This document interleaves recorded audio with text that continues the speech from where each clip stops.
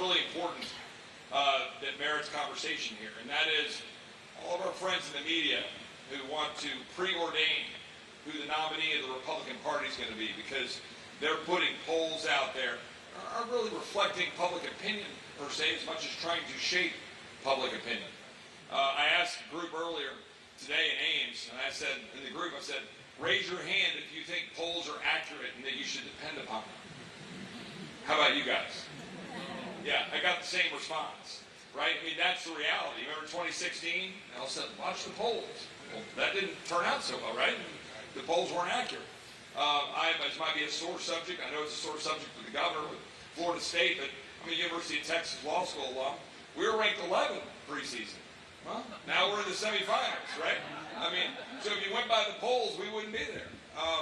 But, you know, the fact is, you play the game for a reason, right? And you guys are the ones who get to decide this. That's the important part. It's not going to be the polls. You decide. We don't anoint people in this country. We don't coordinate people. We choose our leaders in a Republican form of government. And this process, you guys are actually the bedrock, the foundation of this Republican form of government, because you all are going to set the stage for America by sending Ron DeSantis out as the Republican nominee. And that's what we're here to do.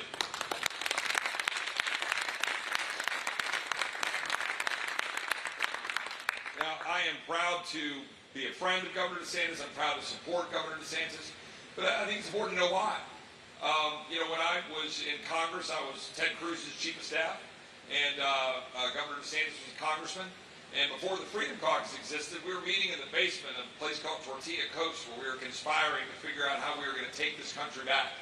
Before President Trump was running on draining the swamp, we were up there trying to work on figuring out how to take on the establishment in Washington and set the stage for a lot of what we've seen over the last 10 years, where we're trying to transform. Some of the stuff you saw last year unfolding in the speaker's fight on the floor of the House and trying to transform the House of Representatives to actually reflect you all. That's what's been going on up there. And Governor DeSantis has been in the thick of that from the very beginning. As a member of Congress, standing against the establishment, voting against big spending bills, standing up for strong border security measures, like, for example, in 2018. It was Governor DeSantis and the Freedom Caucus who, with all due respect to the former president, who I supported in 2020, he was standing up alongside the Freedom Caucus to stop a bad deal that Paul Ryan was putting forward and that President Trump blessed. There was an amnesty first, not border security first bill. Those things matter over time. I give the former president, a lot of credit where it's due, but there are things that merit focus, right? Can we win next November? Will we have an enormous majority if he's the nominee? I think if Governor DeSantis is the nominee, guess what? He can perform nationally like he did in Florida, where he won by 1.5 million votes. Would any of you have guessed that a Florida governor could have won by 1.5 million votes if I'd asked you, say, 4 years ago? Yet he did. Now keep this in mind. How many are you aware that we have a little border problem going on in Texas? Well, I make light of it by saying a little border problem. It could not be more serious. However bad you think the border is, it's worse. Truly. 300,000 encounters in November. 300,000 encounters projected in December, and these are supposed to be the slow months. We've got Border Patrol agents that I talked to on the phone. They're overwhelmed. They don't know what to do. We had 20-something thousand people in one facility in Eagle Pass. They're just being overrun. Thousands more marching up. Selfies being taken, posted online, sent back home, and more are coming because we're not enforcing the law. And we haven't changed the law. There are consequences to the failure to act that have been happening over time. All of the leaders that have gone to Washington before who have failed us, let's be blunt, failed us. That's why we're $34 trillion in debt. That's why our borders are wide open. That's why we're dealing with the issues we're dealing with, inflation, higher price of goods, all the things that are hurting hardworking families. So now I go back to last September, talking about the border. What did Governor DeSantis do last September? Do you remember? He sent a plane full of illegal aliens on a plane to Martha's Vineyard. Fundamentally transformed the election. Republicans were spiraling, and suddenly the American people said, wait, somebody with a backbone. Somebody who will stand up and fight for us. And guess what happened? We held on, we won the House. But here's the important part that you need to know. All of the people who are part of the establishment, with all due respect to certain governor from South Carolina, who tends to saddle up with the Chamber of Commerce and the Wall Street Journal crowd in New York, spent a whole bunch of money here running ads in Iowa against Governor DeSantis, who didn't think it was a good idea to send that plane load to Martha's Vineyard because they said, oh, that'll turn off Hispanic voters. What percentage of the Hispanic vote do you think Governor DeSantis got in Florida? 62%. You know why? Because all Americans, regardless of their skin color, want a country that is secure. They want a community that's secure. They want a sovereign nation. They want the rule of law enforced. That's why people come here. People come to the United States for the rule of law. So let's just get to the plain facts. I support Governor DeSantis because he's a man who will do what he said he would do. How many of you know Jim Jordan? He campaigns on that and talks about it all the time.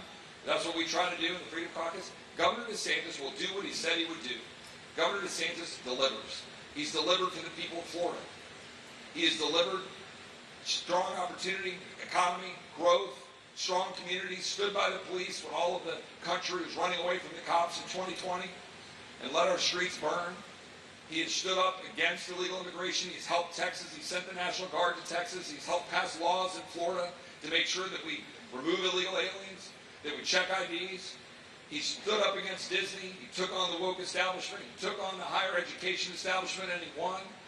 And importantly, most importantly of all, the biggest distinction between him and President Trump, he stood up to Anthony Fauci and all the people that shut down the greatest economy in the history of the world and that has left us with $8 trillion in debt.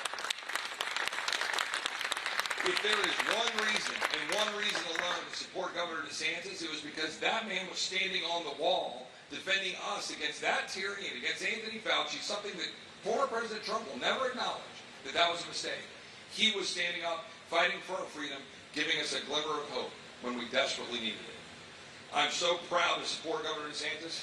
As I said, my 14-year-old son and 12-year-old daughter, they're on the campaign trail with me. 11 years ago, I had stage 3 Hodgkin's lymphoma. My daughter was 4 months old. My son was less than 2 years old. And through my saint of a wife and MD Anderson, a lot of prayer and faith in the Lord, came out cancer-free. But you know what? I got through that and I said, I'm going to devote my life to trying to save this country for them, for my kids and my grandkids. I don't take this lightly, right? And I go out and I say, I support Governor DeSantis, and a whole bunch of the world and MAGA world is saying, Chip Roy needs to resign, he needs to be primary. You know what? I'm not going to bow down to the altar of people who say that I have to listen to people and kiss the ring. I'm going to stand up alongside a man that wore the uniform of this country, who stood up and defended. That's right. A man who's a proud husband, a proud father, a good man who served this country, wore the uniform, and has proudly served as the governor of Florida, and has been given this country a beacon of hope. And that's what he will do as president of the United States. And I'm very glad to be campaigning at the same time alongside my friend, the governor of Oklahoma. Governor Stitt is an extraordinary governor. What they've been able to do there, like Governor Reynolds here in Iowa, like Governor DeSantis in Florida, to stand up and protect life, pass strong pro-life legislation, but also a strong economy, cutting the debt, cutting deficits, passing strong DEI measures or enforcing them through executive orders, as the governor might tell you about that he's done in Oklahoma. There's a reason that strong conservative governors that are standing up against the tide of wokeism are lining up alongside Governor DeSantis. So with that, it is my honor to welcome the governor of Oklahoma.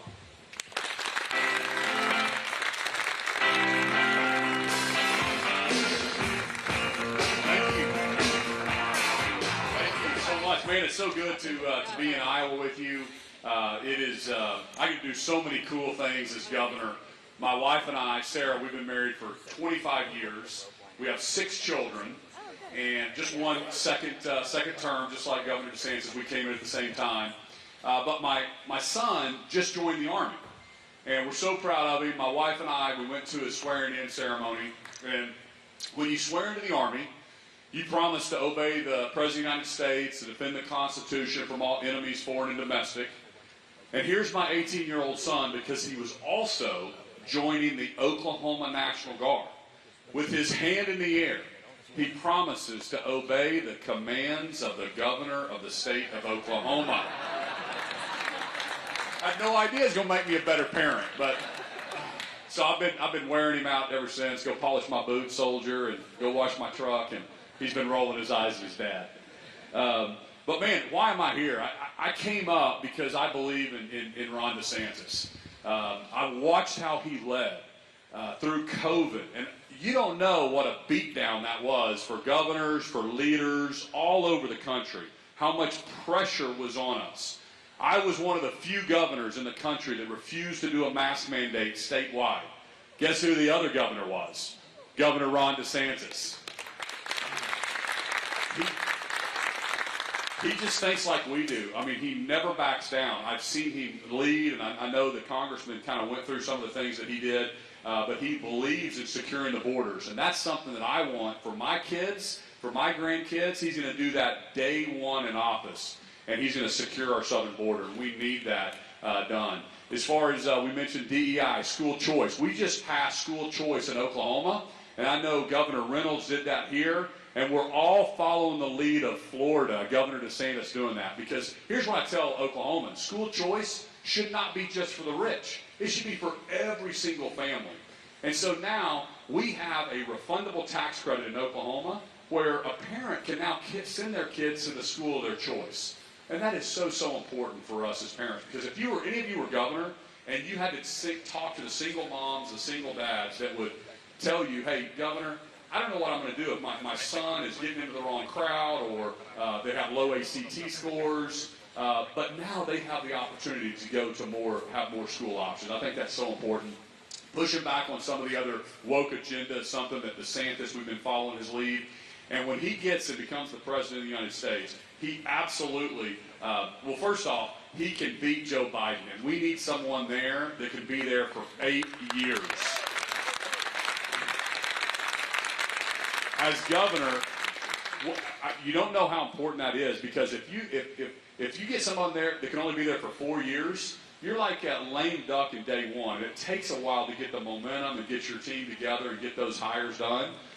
We have to get somebody to get there and be there for 8 years. So I'm up here from Oklahoma today. It's such an honor to be in Iowa and hanging out with my friend Governor DeSantis, who I think is a generational leader. And I think he's somebody that we need as the next president of the United States. And so it's my honor to introduce and bring up Governor Ron DeSantis, the next president of the United States.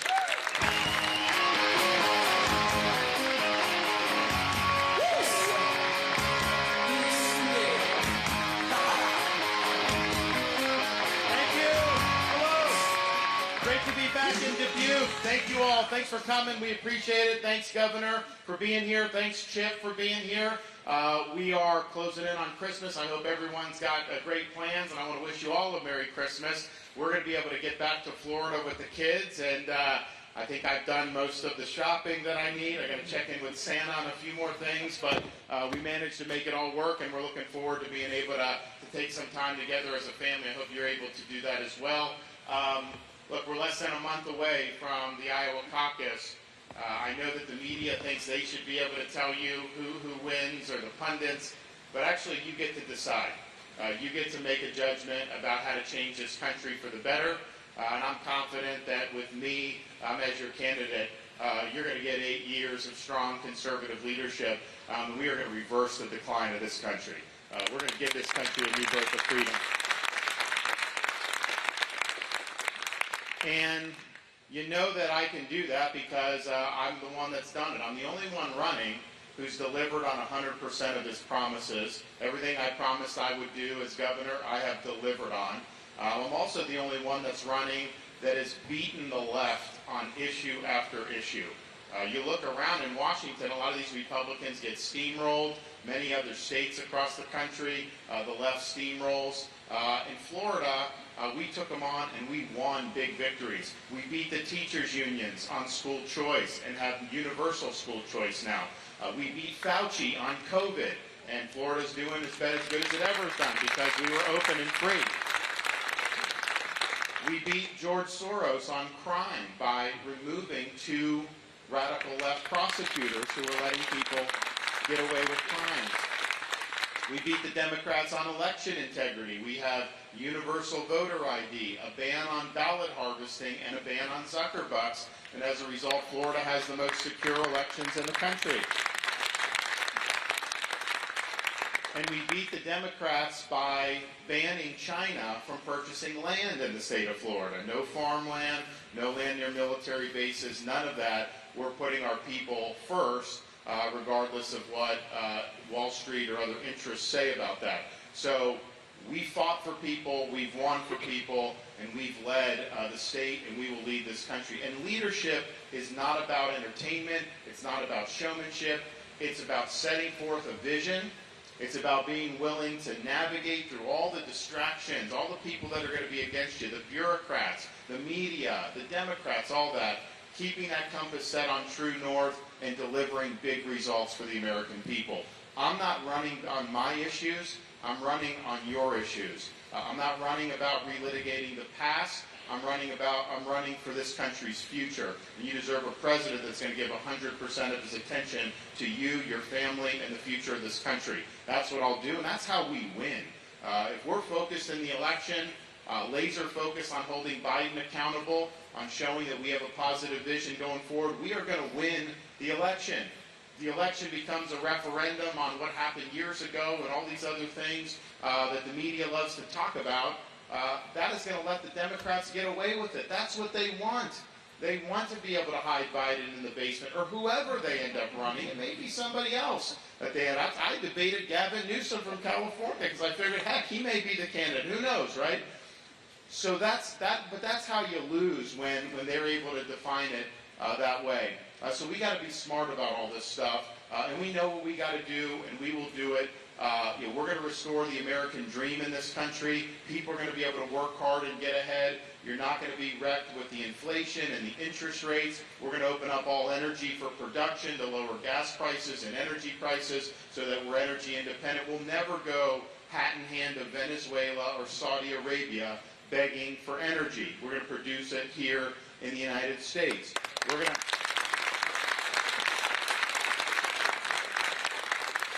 going to take Bidenomics, the rules, the regulations, the executive orders. We're going to take it out and we're going to throw it in the trash can on day one. We're going to make sure people can get ahead, small businesses. We want the economy to do well. We're going to fight the big spenders in Congress. You are paying higher prices for everything because people in Congress in both parties borrowed, printed, and spent trillions and trillions of dollars since March of 2020 with really no regard for any type of fiscal responsibility. And D.C.'s done very well under that, but you're having to pay the bill in the form of high interest rates and high prices. We're going to fight back against that in Florida. Not only did we cut taxes, we ran budget surpluses, and I paid down almost 25% of our state's total outstanding debt just since I've been governor in 2019. It can be done, but we need leadership. We also need reform in Washington. We need term limits for members of Congress, a balanced budget amendment for the Constitution, and a line item veto for the president. I, as governor, I can veto individual pork projects out of the budget, and I vetoed more than any governor. In Washington, they can't do that. But it's like, why should your money be sent to promote transgenderism in Bangladesh? It makes no sense. President's able to take that out if you have the veto. So we're going to work to get that. I think that's something that's really, really important. We're also going to make sure that our sovereignty is restored at our southern border. No more Mexican drug cartels running the border. No more invasion of millions and millions of illegal aliens. Yes, we'll build the border wall, but we're also going to send the military to the border to stop the invasion, and people that come illegally are going to be sent back to their home country. That's what the law requires, and that's what we're going to do, and we're going to hold the Mexican drug cartels accountable for their conduct. We are not going to let them poison our people by the tens of thousands a year and get away with it anymore. We're going to treat them as foreign terrorist organizations, and we are going to authorize the use of military force to stop the drug cartels cold.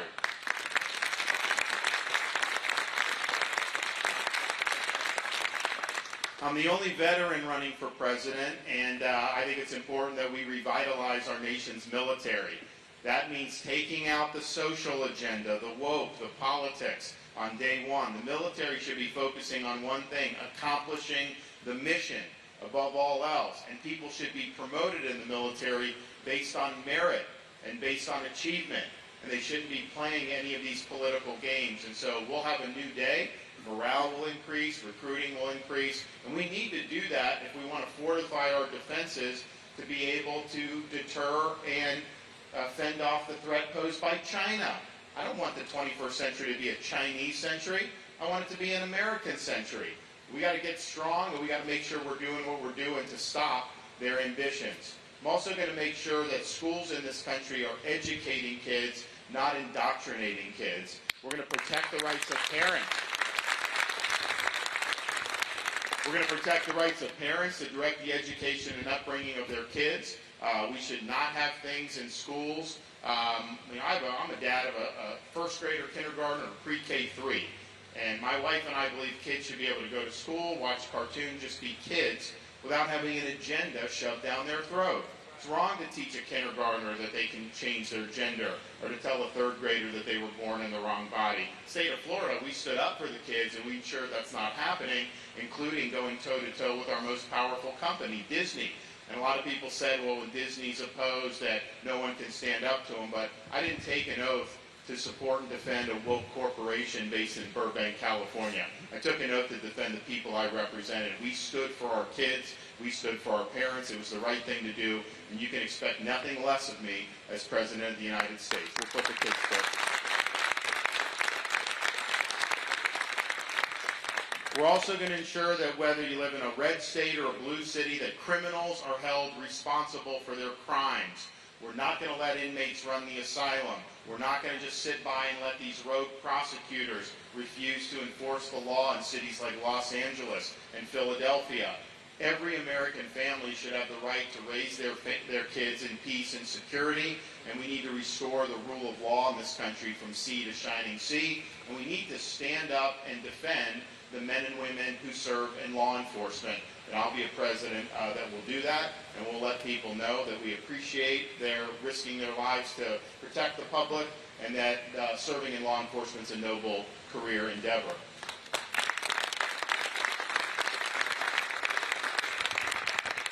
And finally, we're going to restore the Constitution as the centerpiece of our national civic life. That means a limited government that works alongside us, not an unlimited, unaccountable fourth branch of government, a bureaucracy that imposes its will on us and is even weaponized against us. We're going to end weaponization of agencies like the FBI, IRS, and Department of Justice. We are going to bring a reckoning for the agencies involved in the disastrous COVID-19 lockdown policies like CDC, FDA, and NIH so that it never happens to this country again. We're going to make sure that this government is returned to its rightful owners, which is we, the American people. And there's going to be a lot more that we do, but if we just do all those things, we'll be able to say that we have restored America to what President Reagan called a shining city on a hill, that we will have turned her over stronger, freer, and more prosperous than what we inherited, and we have no choice. We're in jeopardy of being the first generation of Americans to leave to our kids and grandkids in America less prosperous and less free than the one we inherited. And that would be breaking faith with every generation of Americans from the founding of our country to the present, who always found a way to sacrifice so that future generations could have opportunities and live in freedom. And I'm motivated to run because I'm not just going to sit idly by and let that happen. I see the problems in America. We all see the problems. We see the decline. There's a lot of pessimism. But I think that the decline of this country is ultimately our choice. We have it within our capacity to choose a different path. We can choose to reverse this course. We can choose a new birth of freedom, and we can choose to usher in a revival of the American spirit, and that's what I'm running to do, and that's what we should expect, nothing less. And I look at my kids, and my wife looks at our kids, and we think we want to make sure that they have a good life here in America for the rest of their lives. But I'm also motivated by the debt of gratitude we owe to people that have sacrificed before us in previous generations. I used to take a plane flight up to Washington, D.C., and if you go into Reagan Airport, one of the routes you can take takes you flush parallel to the National Mall. If you look out the left side of the plane, you see very up-close views of the Lincoln Memorial, the Washington Monument, the reflecting pool, all the other monuments, and even perched up on the hill, the beautiful U.S. Capitol building. And you feel a sense of pride as an American because those symbolize the ideals and principles that have made America unique. But what I figured out after doing that trip a few times, the best monuments to our country's values are not on the National Mall. Because if you looked out the right side of the plane, you looked over the Potomac River, you saw a series of small, nondescript monuments orderly arranged over the rolling hills of a place called Arlington National Cemetery. And it occurred to me then, and I believe now, you can have the best Constitution in the world, you can have the best Declaration of Independence in the world. These things do not run on autopilot. They require every generation of Americans to step up and defend freedom when it's threatened, and sometimes even put on a uniform, risk your life, and give the last full measure of devotion for service to this country. Now, we're not called upon to make sacrifices of that nature, but what we are called upon to do is to preserve what George Washington called the sacred fire of liberty. This is a fire that burned at a cemetery in Gettysburg, Pennsylvania, when a first Republican president pledged this nation to a new birth of freedom. It's a fire that burned on the beaches of Normandy when a merry band of brothers stormed France, defeated Nazi Germany, and preserved liberty throughout the world. It's a fire that burned at the foot of the Berlin Wall in 1987 when a resolute Republican president stood in front of that wall and said, "Mr. Gorbachev, tear down this wall," and eventually led to the collapse of the Soviet Union. This is our responsibility, to carry that torch and to preserve that sacred fire of liberty. It's not a responsibility I shy away from. It's a responsibility that I welcome. It's a responsibility we should all welcome, that we have a chance to play a key role in the future of this nation. So I guarantee you, if you go support me on caucus night, you will propel me to the nomination. We will get the job done in the election, up and down the ballot. As a leader, I'll always conduct myself in a way you can be proud of. And as your president, I can promise you this: I will not let you down. Thank you all for coming. God bless. We'll take some questions.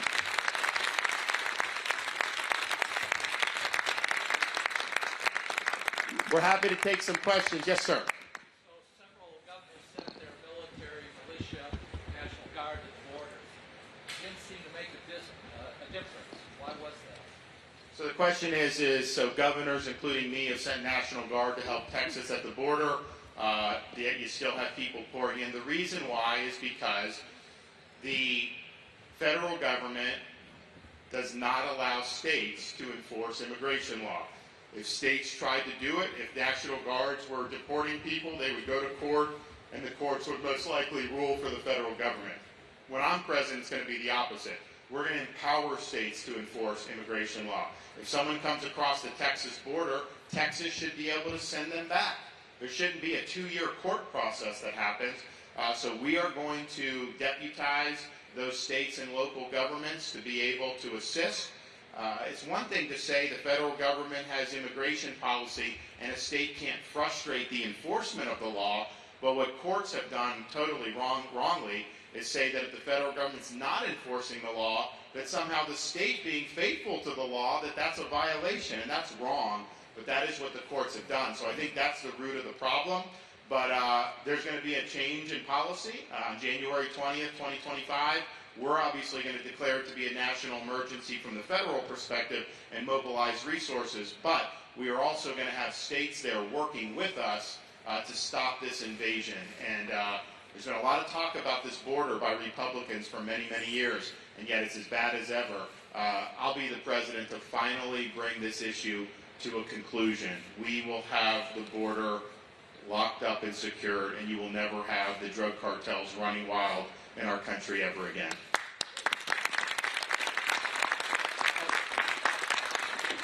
I won't take up too much time. I just want to add one point to that. As a Texan whose district that I represent, the southwest corner, is about 100 miles from the border, about 100 miles from Eagle Pass, where this crisis is reaching a fever pitch at the moment. And what the governor says is exactly right. I mean, all of the National Guard support that we're getting, and we thank the governors who've done that, all the action we've taken in Texas, our own Texas Department of Public Safety, we've mobilized them all to the border. They're not on our streets as much up in the state. They're down at the border helping. We have spent $12.5 billion in Texas over the last 2-3 years to try to do what the federal government is not doing. I mean, how big of is that as a part of the budget of Oklahoma? That's like, yeah, that's the whole budget of Oklahoma. And so we've spent that, and we've gotten, some help for our ranchers, and we've done some good stuff, and Governor Abbott should be applauded. But to answer your question, like, as long as we have a lawless president, and we have a lawless president and administration that will not enforce the laws of the United States, and they will just release people, then we have what we have. We have 300,000 encounters in November, 300,000 in December. Think about this. There have been over 2 million gotaways. Okay, those are the people we see on camera, but we don't even get. 2 million under the Biden regime. We have had, I think, 3 million releases. We were releasing 5,000 a day before this crisis. That number is now higher.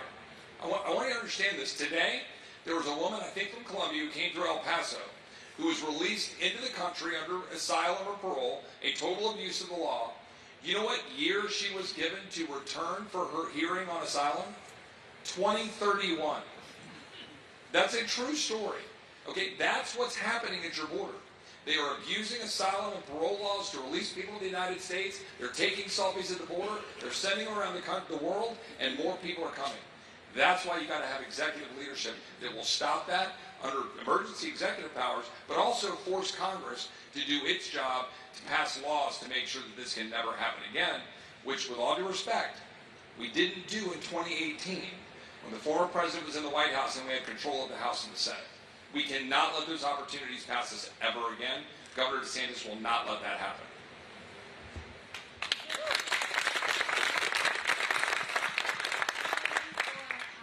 Election night, so elections don't drag on for days and weeks. Results, I mean. Forget. So, in Florida, we produce all the election results on the night of the election. We know how many ballots have been cast. They're counted, and they report the results in a transparent fashion, and people move on and accept the outcome. And I think when you have these other states that take days and even weeks to count the ballots, you just wonder, okay, well, one candidate is winning the day after the election, and then a week later the lead shifts.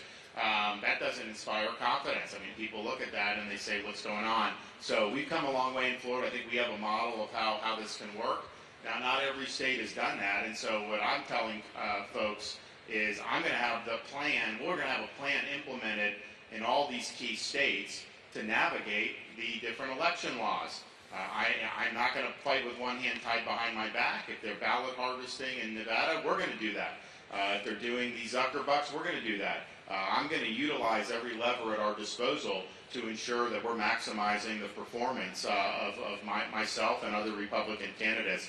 And I think that Republicans have complained about some of the election stuff, but basically the Democrats, they just go ahead and they just run with it. We can't have two different approaches. We've got to utilize every lever we have to be able to maximize our vote. That's what I've done in Florida, and that's what I'll do nationally. The best way to do that, though, is to change the laws, do what we need to do, what the governor just said. But it is also to make sure we have a candidate who will win by so many votes that we're not worried about counting 12 votes in Maricopa County or in Fulton County or Miami-Dade. We want to win nationally like the governor did by 1.5 million votes in Florida. That's how you can guarantee victory in a wave in a House and a Senate that will stand up for you. Recently, I've heard that the Colorado Supreme Court has said that Trump cannot run without. Can you speak to that? Yeah, so the question is, there was the Colorado Supreme Court, I guess, issued a decision yesterday saying that Trump was ineligible to be on the Colorado ballot due to violating the 14th Amendment, which was passed after the Civil War, that said people that had been involved in rebellions or insurrections are not eligible to run for office unless, hold office unless 2/3 of Congress grants them a waiver. The problem with it is that there's never been any finding by any trial that there was that he was guilty of that. So I think it's going to get reversed by the U.S. Supreme Court, and I think that's true. But I think that also just the larger issue is the left is just they're not going to quit, right? So this is just the appetizer of what's going to happen in 2024 if Trump is the candidate. And you look at all this stuff out the lawfare and all the stuff that's been done. Look, it's not fair. Is it politically motivated? Yes. Are these agencies out of control? Alvin Bragg and yes. But here's the deal. The Democrats have a plan here. This is what they want. They want him to be the candidate, and then they're going to run this playbook all through 2024, and the whole election is going to end up being a referendum on this trial or conviction or whatever happens between now and then, and that gives the Democrats their best chance to be able to get away with it. So I think we have the best chance when the election is about not the candidate, but about you, about the failures of Biden, about how we take this country in a better direction. So just the Democrats have a plan here. They've been executing it, and they're going to continue to do it all through 2024.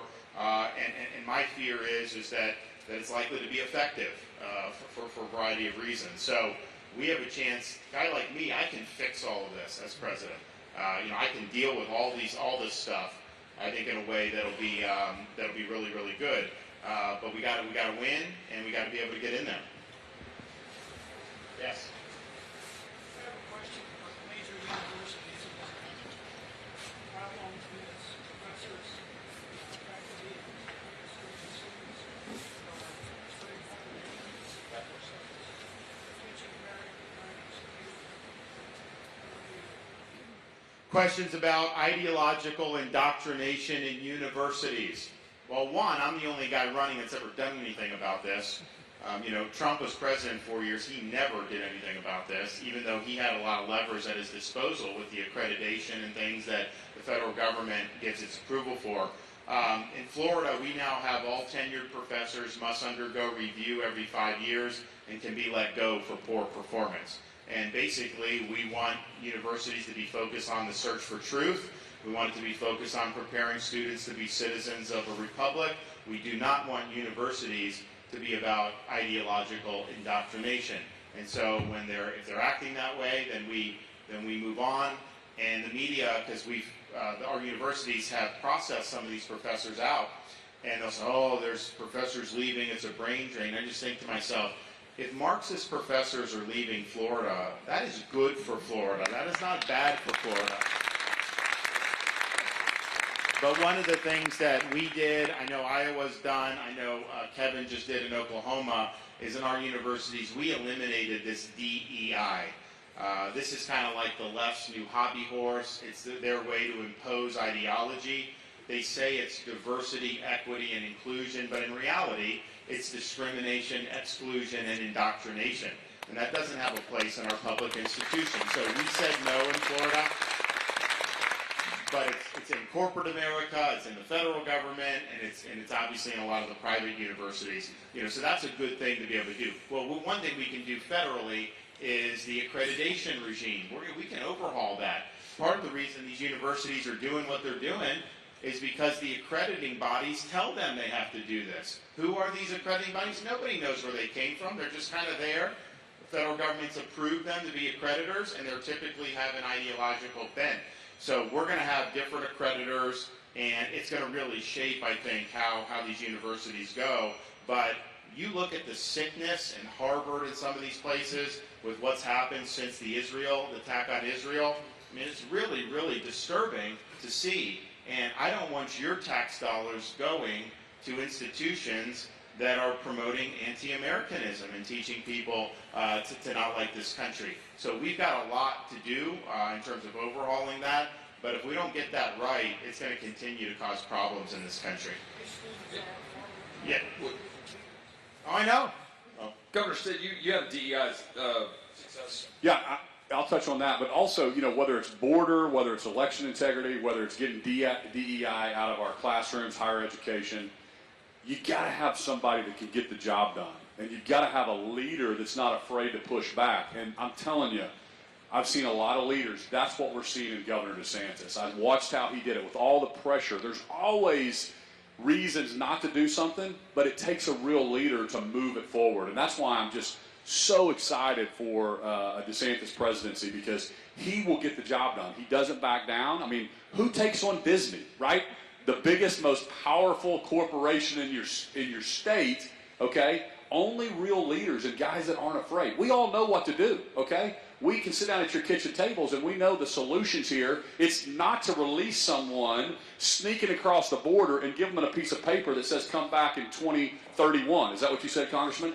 We know what to do. Can we get somebody in the White House that will actually do it? And that is why we have to get DeSantis across the finish line, because he'll get it done. Governor, retired Navy Chief, I have a question for you. China and Russia are the biggest security threats to our country. What's on your mind, sir, day one in the Oval Office?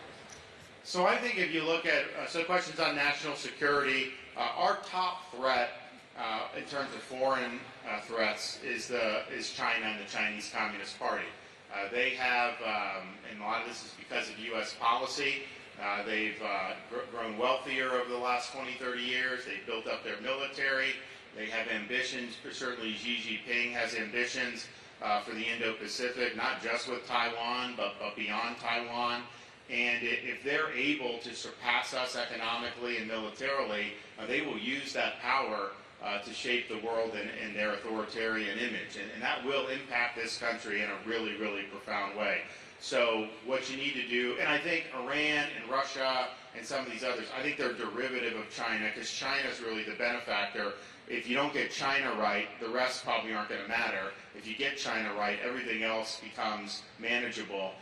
China, you need hard power in the Indo-Pacific. As a Navy guy, we need more naval power there to be able to deny their ambitions, not just vis-a-vis Taiwan, but getting out of the first island chain. Economically, we cannot be dependent on them for things that are really integral to our way of life, whether it's pharmaceuticals, whether it's things for military weaponry, whether it's things for things that we would need in an emergency. Like during COVID, we had all the medical supplies over there.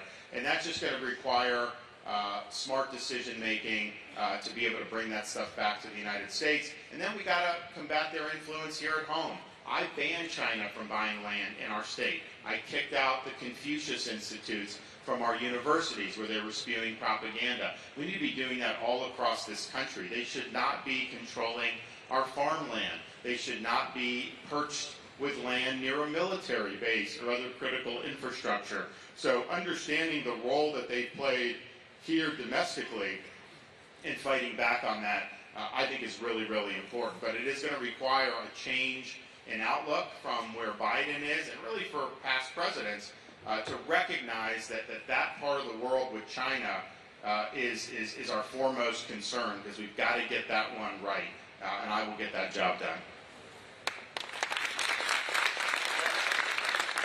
Governor, as President, what will you do to help women in unintended pregnancies and their unborn children to have a choice for life?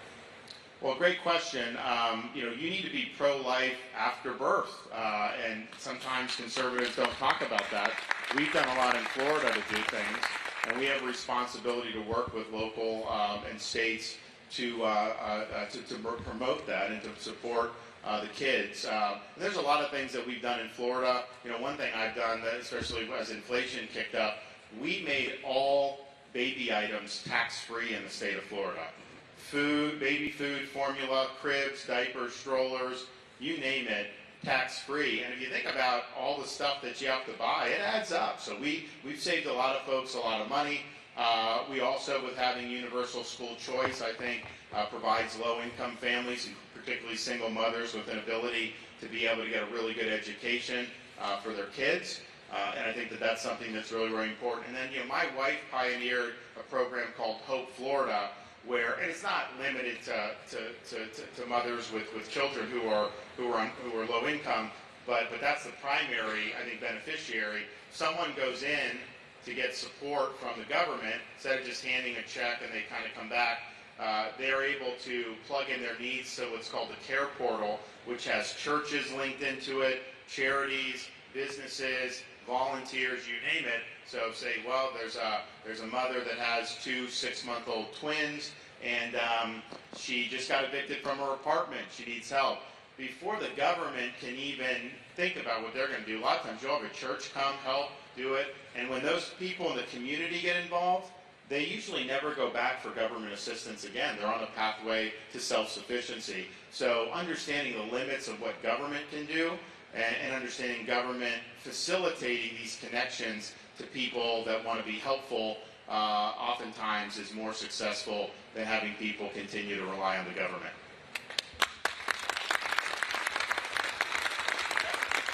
First off, you're doing a great job in Florida, so thank you so much, and you as well in Oklahoma. Both your states have legalized medical marijuana, and Iowa, to some extent, has also legalized medical marijuana. In Florida, it's a really restrictive program where only several companies own the entire rights. One of those companies, Acreage Holdings, which is backed by John Boehner and Bill Weld, sold that company for $60 million to a Canadian company. What will you do to prioritize the rights of citizens and their access to medicine as opposed to foreign entities? Well, so Florida actually, so this was done by constitutional amendment in 2016, I think, or 2014 or 16, I think 16. And it set out the number of licenses, and so there's just been an increase in licenses. So I think that that's going to actually change as more people are coming into the market. And look, there was, how much of that is medicinal versus how much of it is that's the pretext for it, I don't know, but it is in our Constitution, and so that's what's being done. But I think as a general matter, with just programs, I mean, you want there to be open field and competition. That's going to make it better for consumers. That'll make it better for taxpayers. Yes. Middle East is utmost concern at the moment. What can be done there, and what would you do? So the question's on the Middle East. Well, why are we in this situation? There's a lot of reasons, but one of the main reasons is because Biden went soft on the Iranians. You do not give them sanctions relief. You do not let them get oil revenue.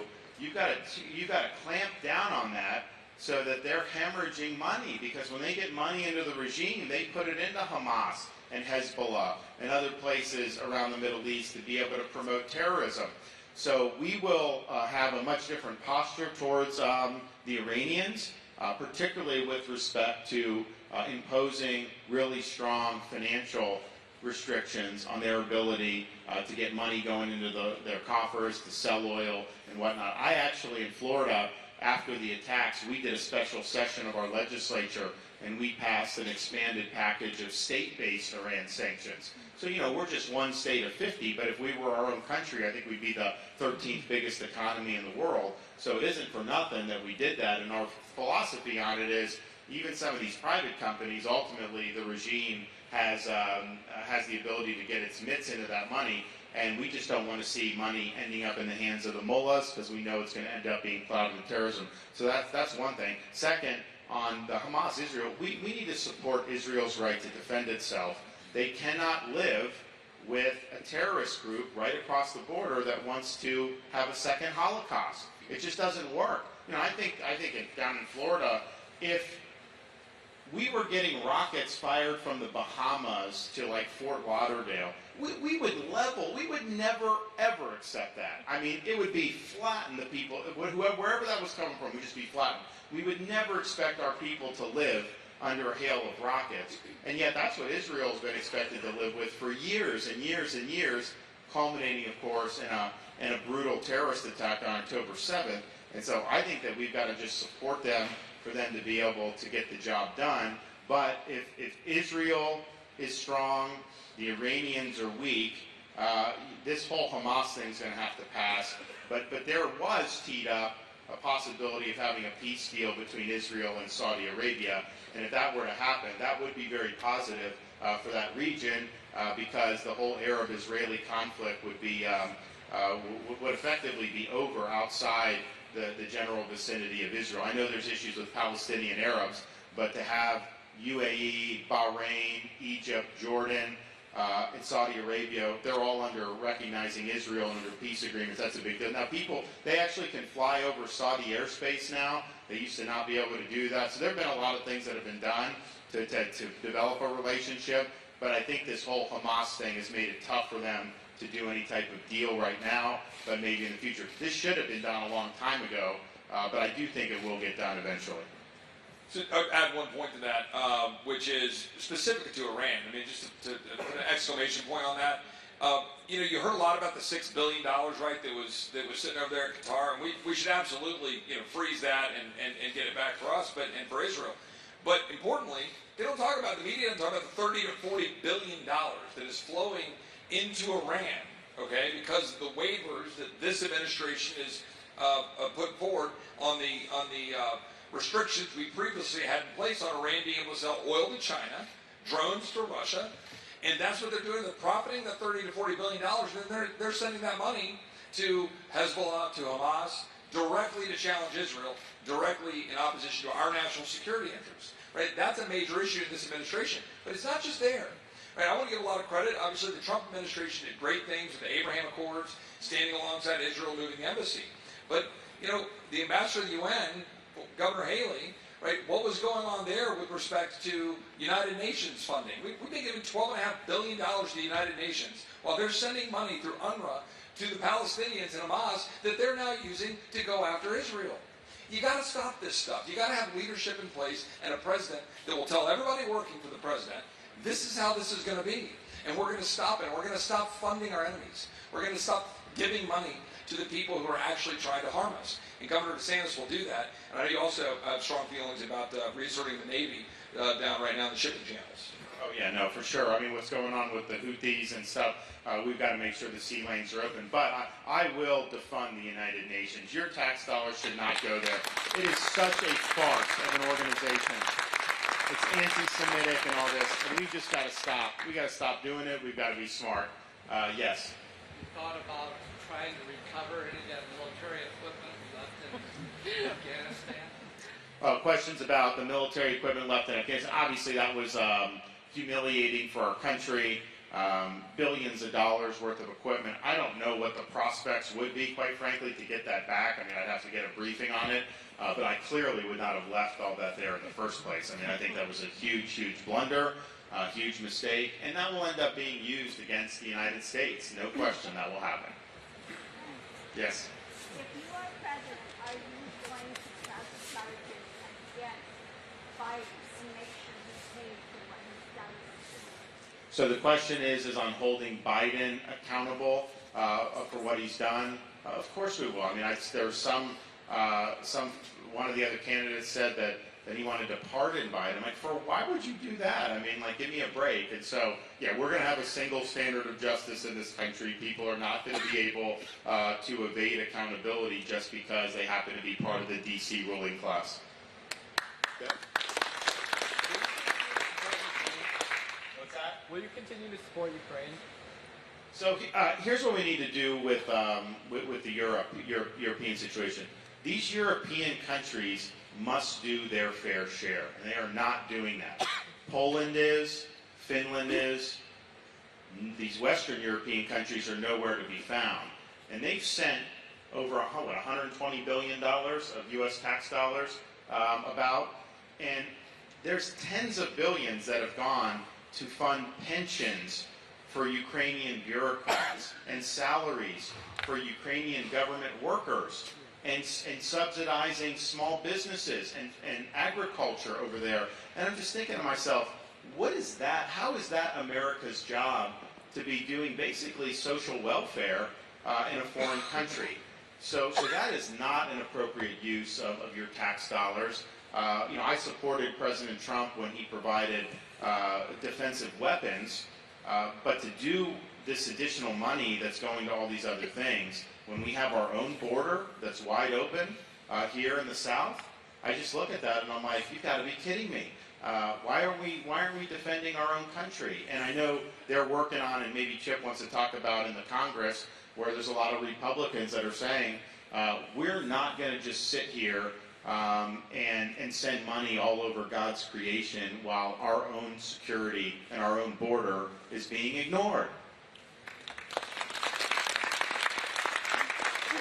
The governor's exactly right. We're in the thick of those conversations, debates right now. In fact, 2 phone calls I've received while I've been sitting here, been from some colleagues on this very point, this question, which is whether or not we should give even a single dollar additionally to Ukraine at all on the merits without a clearer mission, without understanding whether this White House intends to go retake Crimea, Donbass, and go east, or whether there's a different mission. We don't have clarity on that, by the way.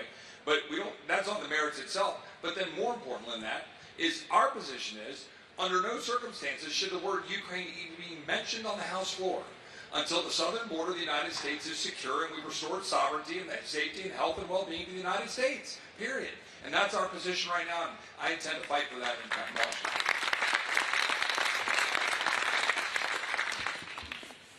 With all these illegals coming across, they obviously need food, water, shelter, health care, cell phones. Why are we providing that? No, we are. No, I mean, so the giving illegal aliens benefits, of course you shouldn't do that. That entices people to come illegally.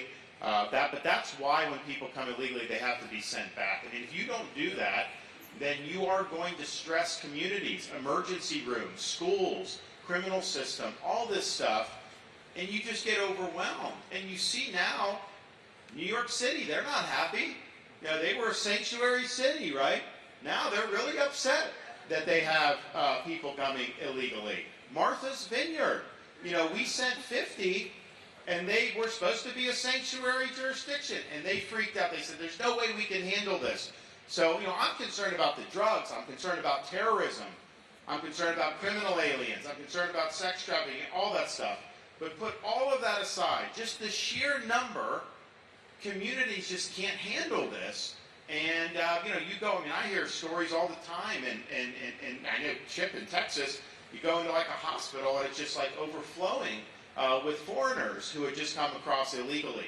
So, yeah, we cannot do that. We've got to put the American people first. And to just have massive numbers of people coming in like this, it just doesn't work. And we're not going to stand for that when I'm president. And relatedly, I go back to the point about funding, right, and having the fights over funding. Why are we funding the very entities that are undermining our well-being, our security, and our sovereignty, including the NGOs, through the United Nations, through direct payments, that are operating all of these entities that are encouraging people to come across the border, literally handing out roadmaps, how to get here, starting all the way back in the Northern Triangle, up through Mexico, how to deal with it, who to talk to, find Border Patrol, how to stay asylum. When you go down to the Rio Grande, I mean, this was 3 years ago when I went down to the river, there were signs put out by our own Department of Homeland Security that said asilo, asylum in Spanish, arrow, go this way.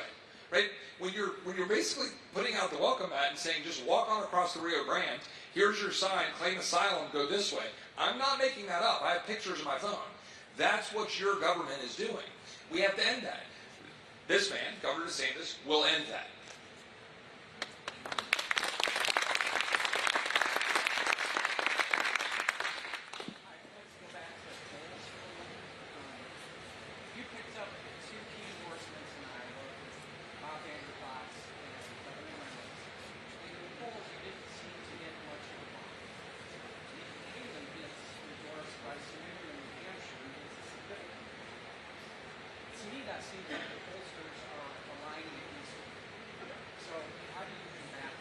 Well, first of all, who cares about polls, right? You guys vote.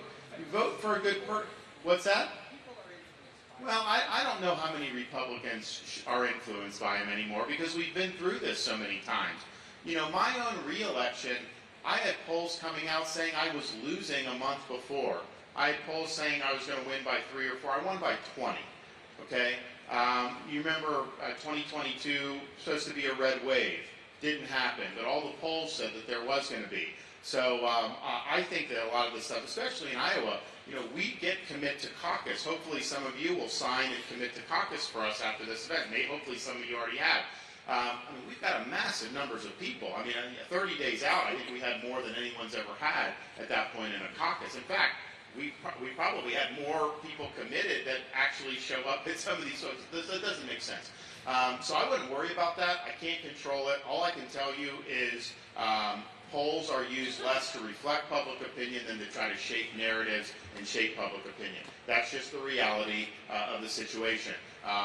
You guys can shatter that by just showing up and bringing friends and family to caucus for me on January 15th. That will trump everything else that's out there. You're going to be able to You're going to be able to totally step on any narrative the media is trying to do. And that's the thing, just as a Republican caucus goer, do you want the media to play a role, this type of a role, in choosing who the nominee should be? Or do you want to choose the person that the media doesn't want to be the nominee? So I can tell you, they don't want me to be the nominee because they know that I'll win and get all this done, and they don't want to see that happen. They want Trump to be the nominee because they figure all the stuff in 24 weigh him down, and they think that gives Democrats their best chance to be able to win. So I think it's pretty apparent what they're trying to do. And so the question is that something that you're going to influence you in a way? And I don't think that it should, except maybe influence the other way to say, yeah, you know what? If they're going after Governor DeSantis, he must be the guy that is going to be the one to turn this country around. So we will do that, and I think that. I'd also just say with Iowa caucuses, you know, we've been through this how many times where someone will be at like 5%, and then a month later they win the caucus. I mean, that happens. That happens all the time. You know, Democrat and Republican side, you see massive. And I think it's because it's hard to poll, but and put aside an agenda, hard to poll. But then I think Iowans, they make a final decision closer to the caucus. So if someone's telling you who you leaning towards, okay, they put you in that column.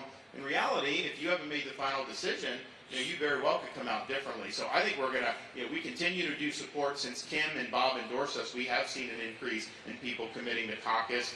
We've got over 1,000 precinct captains throughout. We've organized every place around, here. We're doing it the way you're supposed to do it. And I think traditionally that's how candidates have done well here. I think the candidates that rely on media pushing them and kind of just show up and for a little bit and that, they typically don't do as well. And, you know, this is, I think, in Iowa, the Iowa electorate, you know, you have people that are going to vote in this are conservatives, right? Trump, is he running as a conservative at this point? No. Haley, no one would even try to say she's a conservative. We know she's not. And so in terms of that, it's kind of that lane is for me because I've produced results. You know what I've done. You know what I'll do as president. And I think that's right in line with the values of the people who are going to decide this Iowa caucus. Last question, ladies and gentlemen. We have time for one more question. Trump running third party? No, I don't. No, I don't. Yeah, logistically, if nothing else, no, there's not. So we'll be fine there. But I do think that the issue is you know, you're going to have to unify. To win an election, you unify the Republicans, you try to peel off some Democrats, and then you try to win independents. And if you do that, you will win the election. So when I ran in Florida, we won 97% of registered Republicans, which is a record. We won independents by 18%, and we even shaved off some Democrats. That's the formula for success.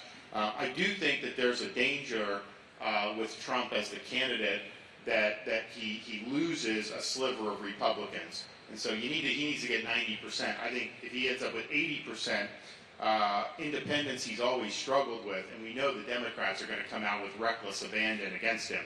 So that's not a formula for succeeding, whereas I think I'd be in a better position to bring everybody together, because ultimately, you know, the people that are going to caucus for Trump or vote from the primary, you know, the policies that they want are policies I've already delivered on. So you don't have to worry about that. I mean, we've been there and done. Okay, I'll do one more. Yes.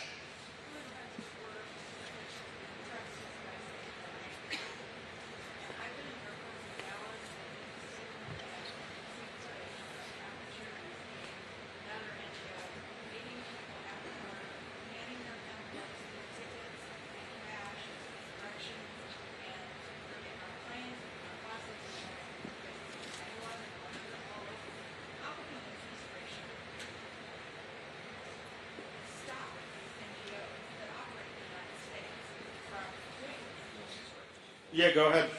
So I'm going to start so he can close out. And this is something I've been working on hard. And I'm going to say something I said before about the defunding part. We just have to be very clear about what we're doing with the federal dollars that are flowing directly and through the United Nations and other programs to these NGOs, and how they're able to use that to carry out what you just described. And I think everybody here, the question was about NGOs and illegal immigration in airports, to Dallas and other places that you've seen it, preface that you're Catholic. So it's not a Catholic Charities issue. There are evangelical charities doing it. There's a lot. And that's something that's a major problem in South Texas. I mean, it is huge. It's basically an operation that's all set up. You don't know that, right? People come across the border. Border Patrol meets them. They process them in a processing facility. They take them, they deliver them to a place, put them on buses that the NGOs are basically organized, and then shipping them into the country through the NGOs. That's basically a system. It's a systematic release into the United States. That's what's occurring. So you have to enforce the law. You have to stop funding the NGOs. I want to make one other point about the issue involved from a faith perspective, because I think it matters to us. There's faithful people here. It is crushing to me as a Christian that we have stash houses in Texas with little girls that are being sold into the sex trafficking trade as we speak. And this administration and these policies are allowing that to occur. And it is incumbent upon leaders like Governor DeSantis and us to stand up and stop that. Because it is about us, it is about our country, it's about being overwhelmed, it's about sovereignty, it's about security, it's about terrorists, but it's also about those human beings being exploited by cartels. And we're allowing that to happen because of the crass political desires of the other party. And it is a false name of compassion that they're doing it in. Governor DeSantis will stop that. We're going to stand alongside of him to stop that, and that's what we need to do. Yeah, so I convene, partially because of that issue with the nonprofits, I convene a statewide grand jury, which in Florida can investigate about all these border issues, including the role that they play. And yes, they are orchestrating people to come into this country. I can't imagine how that would be legal under federal law, but they're doing it, and they make a boatload of money from payments from the federal government. So that jury has done reports and everything, and they've highlighted a bunch of stuff that I think is really significant. But yes, that's got to stop federally 100%. Before we go, I just want to thank both of these guys. In Republicans, I think one of the problems with our party is there's been a lot of talk and a lot of under-delivery across the country, certainly in Washington, certainly there's some very red states in this country that have not done a sliver of what Florida's done or Iowa or some of these other states. With Kevin in Oklahoma is one of the reddest states in the country, but before he became governor, they weren't necessarily producing conservative policy. Now he's done pretty much across the board really big things for the people of Oklahoma. He talked about school choice. He's talked about some of the DEI, a bunch of stuff that they've done. And they're gaining population. People move from California there. So this is an example of a Republican getting in and doing what the people expect and they want to see done, instead of always just disappointing. And so he deserves a lot of credit for what he's done. And then Chip, we have a lot of problems in D.C. A lot of these politicians let us down. There's a lot of frustration, and understandably so. Republicans got the House. It doesn't seem like anything has changed. Even when we had the Senate back in the day, wasn't exactly lighting the world on fire. But we do have people that are fighting for you every day, and Chip is one of them. I mean, he is in the trenches on all these issues. He's doing exactly what Americans want to see, whether it's border, whether it's dealing with the corrupt bureaucracy, you name it. So he deserves a lot of credit for fighting the good fight. We just need to give him some more reinforcements after the 2024 election, and that's really important to me. In Florida, when I came in, we had a Republican legislature, but relatively narrow Senate majority. Our re-election, we swept in super majorities, 2/3 in both houses that we were able to secure. And so it's important to me in leading the ticket. I want everyone on the ticket to do well. It's not just about me. It's a team sport. And so we're going to do that. We're going to give these guys some more numbers to work with. We're going to take the Senate back, and we're going to have an opportunity to really get a lot of things done for the American people. So you can make it happen with your support. God bless you. Merry Christmas. Thank you.